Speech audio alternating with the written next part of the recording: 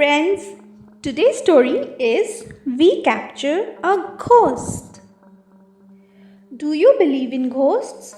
This is a question I am often asked, especially by young people who seem to be fascinated by the supernatural, even if their daily routine is dominated by the latest in technology.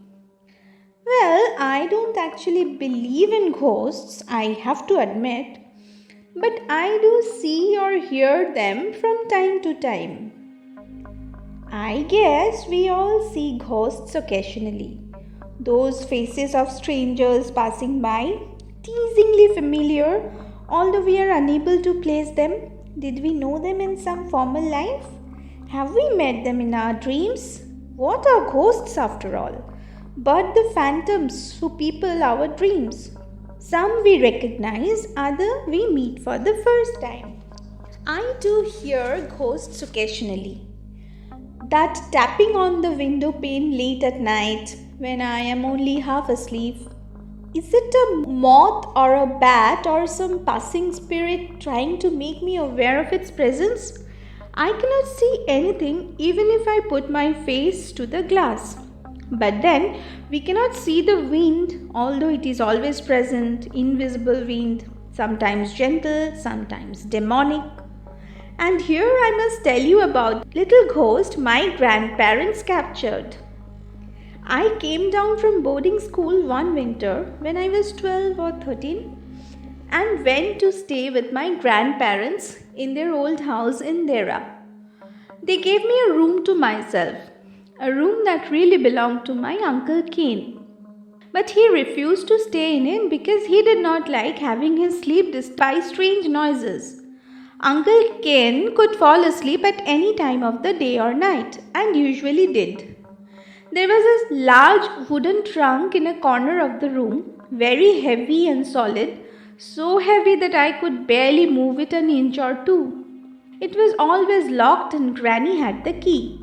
And she did not give the key to anyone, including grandfather. On my first night in the room, I was woken up by a loud knocking.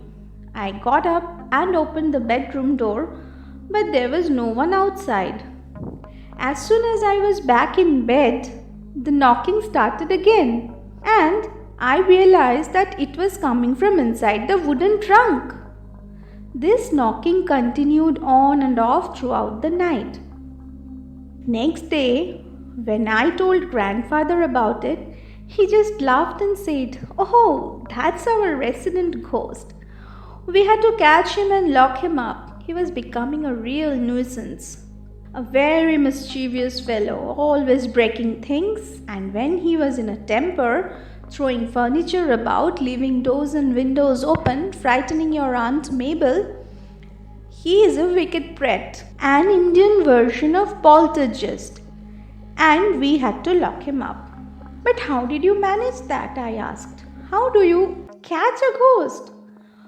"Well, one day he was in the laundry basket, busy ripping up my pajamas when I slammed the basket shut. And then we put crate and basket into that empty trunk in your room and locked it forever. Granny has the key and she won't part with it. Says she has lost most of her valuable china." I felt a bit sorry for the ghost. Locked up on its own in a dark trunk. But when at night it started its incessant knocking, I got quite angry and shouted, "Shut up, you noisy little imp!" And he did shut up for some time. But then, towards morning, he would start knocking again, and I thought I heard a squeaky little voice crying, "Let me out! Please let me out!" No wonder Uncle Cain refused to sleep in the room. But I got used to it, and when a few weeks later I returned to school, the room was closed and remained unoccupied except for the imprisoned pret. A year or two later, when my grandparents left the country to retire in New Zealand, they left the property in charge of my cousin Percy, a selfish young man who had no intention of inviting me or Uncle Ken or anyone else to stay in the old house. I heard later that Granny's keys had come into his possession and he had gone through all the locked cupboards and boxes in the house, coming at last to the locked trunk in Uncle Ken's old room. Convinced that the trunk contained valuables or even treasure, Percy lost no time in unlocking it.